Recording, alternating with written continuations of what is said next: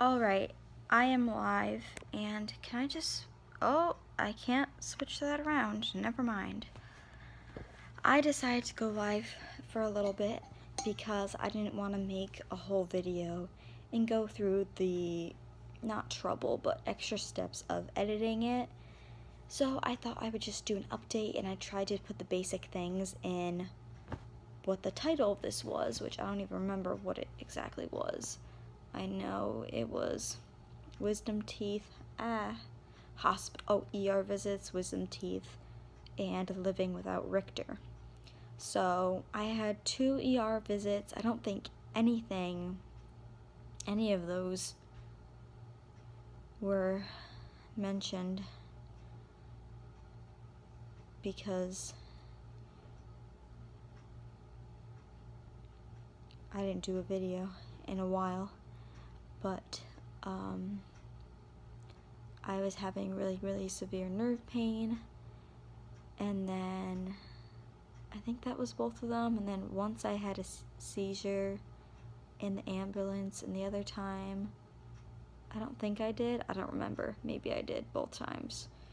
It's been pretty crazy, but they were only visits. I went home, of course, many hours later, like 6 hours later, but no admissions, or I would have been videotaping there most likely.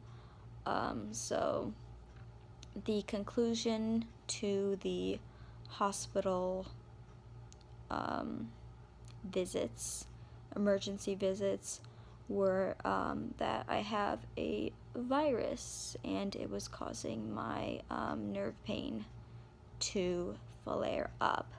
So we concluded that with help of the my naturopath that we went to just this week on like Monday or something, because obviously the ER people do not know everything about you, and they just wanted to get me pain meds and make sure there wasn't like anything really wrong and any need for admission or antibiotics or something, which there wasn't. And luckily, with increasing some antivirals that I am on, which I was already on, but not a high enough dose apparently, the flare, the virus has definitely calmed, and I feel way better, and that is really great. So the medicine has definitely done its job. Obviously, you do not take antibiotics for viruses. It doesn't work like that, but there are antivirals, so I was taking an antiviral, and that really helped. It's a shame I had to go to the ER twice. It was really bad. I was like in so much pain that I was I was screaming like on the floor, and it was like, it was awful. They actually gave me ketamine, shot of ketamine both times. In my arm the first time, 50 milligrams. For reference, I get 300. I feel like I've said this. I hope I didn't update about this before. I had 300 milligrams when I did my infusion for 4 hours at the ketamine place, but this was just an intramuscular shot. I might be repeating myself. I don't really remember. I don't have a good memory anymore right now. So the 50 was a lot to come in at once because it is a shot instead of a drip. But it did extremely help my nerve pain, and I did get the hallucinations, but since it was only 50, it was mild, and I expected it. Like, I knew like what kind of things were gonna come, so I like saw some different colors, and the room looked distorted. They don't tell you any of that stuff. Like, they didn't tell me beforehand, but they knew I took ketamine before, so I guess they assumed it. But it would have been nice if they said it, just because if I never took that before, I would have been kind of like, what the heck is going on? But I was prepared for it. It was perfectly fine. And the second time that I had to go in, because we haven't figured out the problem really yet until the second time I went to the ER, which was like twice in a week, I think, around a week, they gave me same thing, 50 of 50 milligrams of ketamine, but they did it in my leg the second time for some reason. It doesn't really matter. Just because there's more meat in your thigh, more muscle, and more fat than in like a bony shoulder where you're trying to get muscle. So that was rough, but that is gone. So that is a thing of the past, and hoping to keep it like that and to stay out of the hospital. The other thing is I went to a consultation today for my wisdom teeth. I was hoping for years that I would be one of those lucky people that wouldn't need my wisdom teeth out, but I'm not really sure why I thought that, because I have a really small mouth and had to get 4 adult teeth taken out to get braces, and just they always had trouble. Like, everyone says I have like dentist-y people that I have a really small mouth, and it gets crowded, so I needed teeth taken out. My mom needed like 6 taken out or 8 taken out, so it's definitely from her genetically. My brother needed his taken out. His weren't taken out that long ago. He's like 21. He's 24 now. Oh my gosh. So a couple of years ago. But we held on as long as we could to try to not do it if we didn't have to. Of course, if we have to, we are. And we do have to. My wisdom teeth are completely sideways.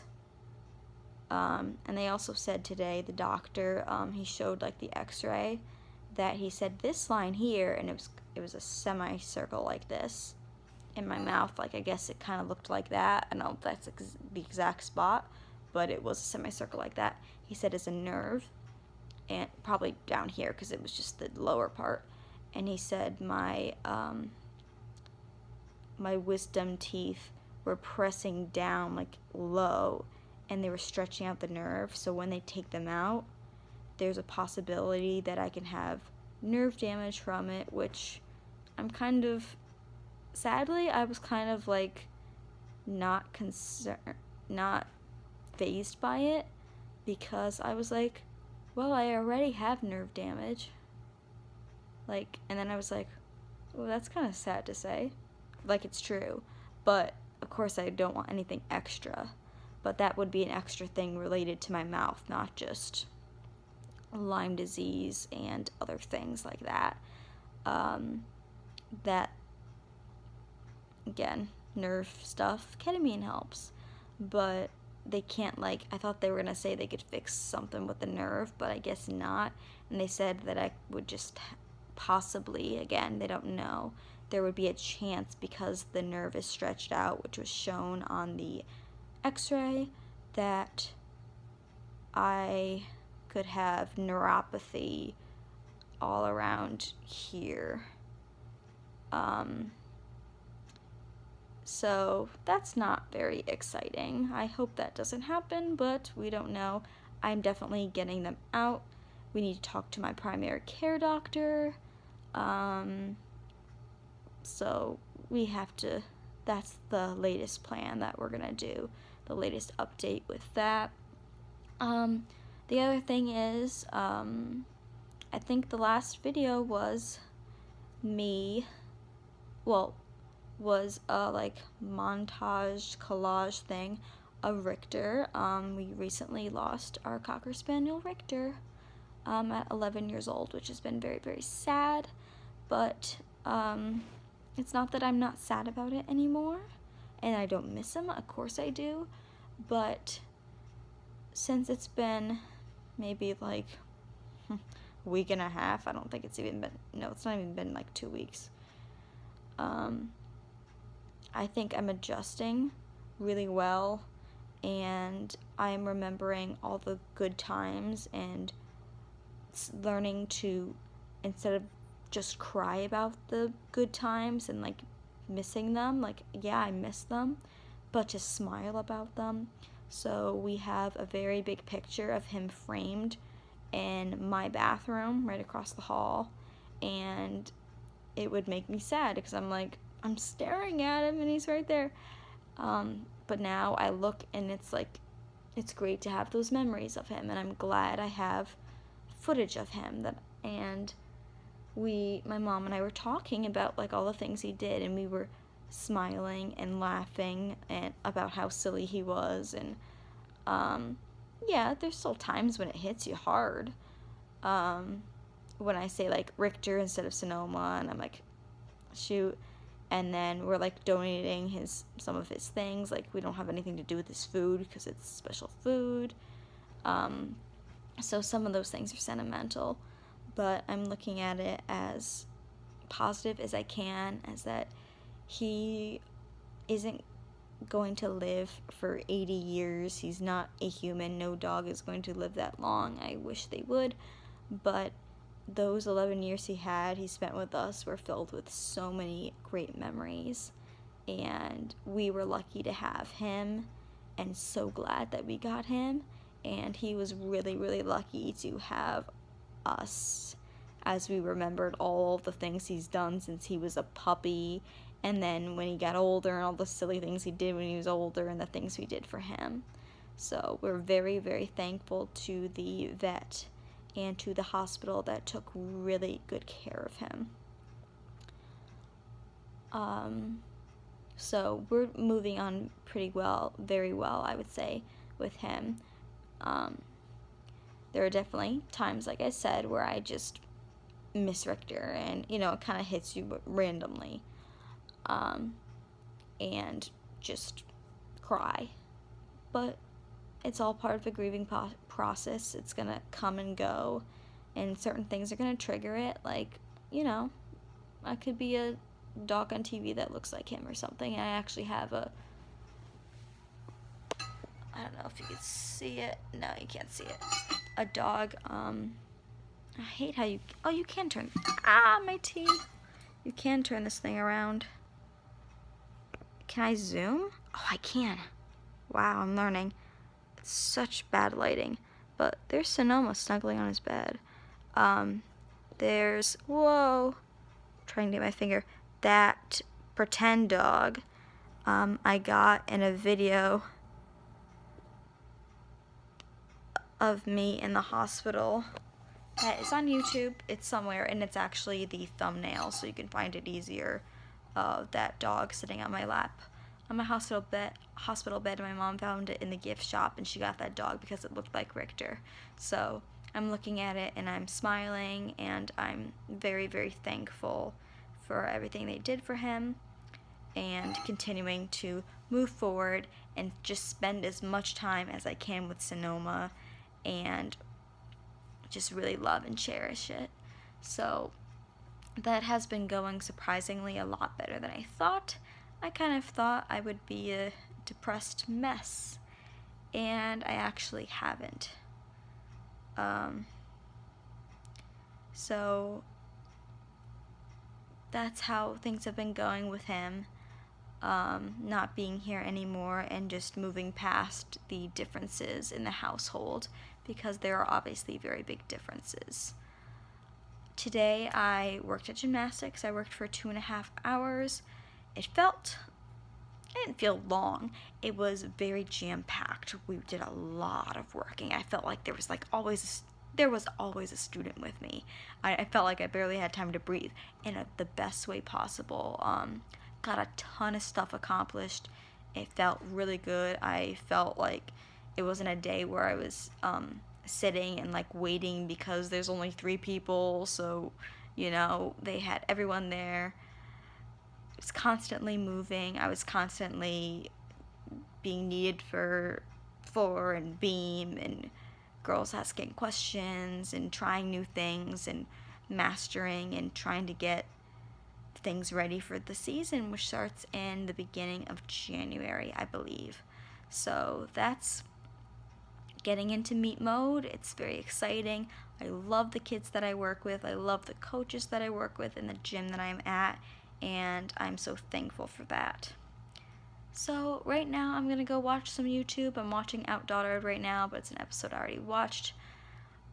I have IVIG tomorrow, and I didn't access my port.